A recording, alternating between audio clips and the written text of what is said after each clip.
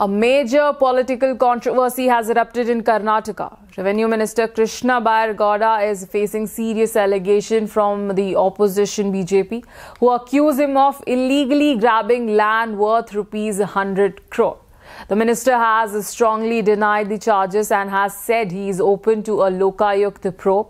Here are the details. The controversy surfaced on Wednesday in Belgavi, where the opposition BJP accused Karnataka Revenue Minister Krishna Bairgowda of illegal land transfer in Kolar district. According to the BJP, ownership of nearly 21 acres of land in Garudapalya village located in Narasapura Hobli has been transferred to the minister's name.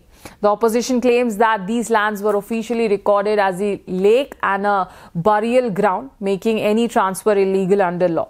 Leader of the opposition in the Legislative Council, Chalavadi Narayan Swamy, stated that the disputed land includes 1 acre in survey number 47 and 20.1 acres in survey number 46. He alleged that both parcels are now registered in the minister's name and have a combined market value exceeding rupees 100 crore.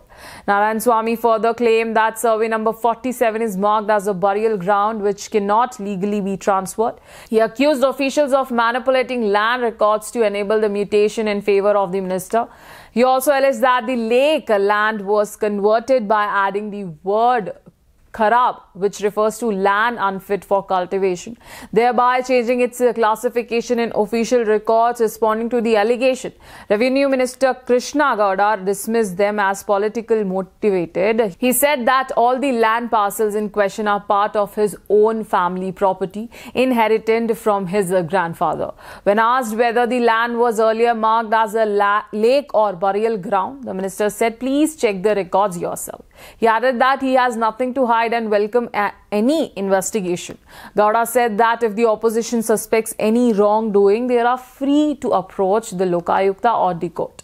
The minister also stated that he is prepared to face any inquiry and rejected calls for his resignation. We will continue to track this story closely. Stay tuned with KTV India for more updates.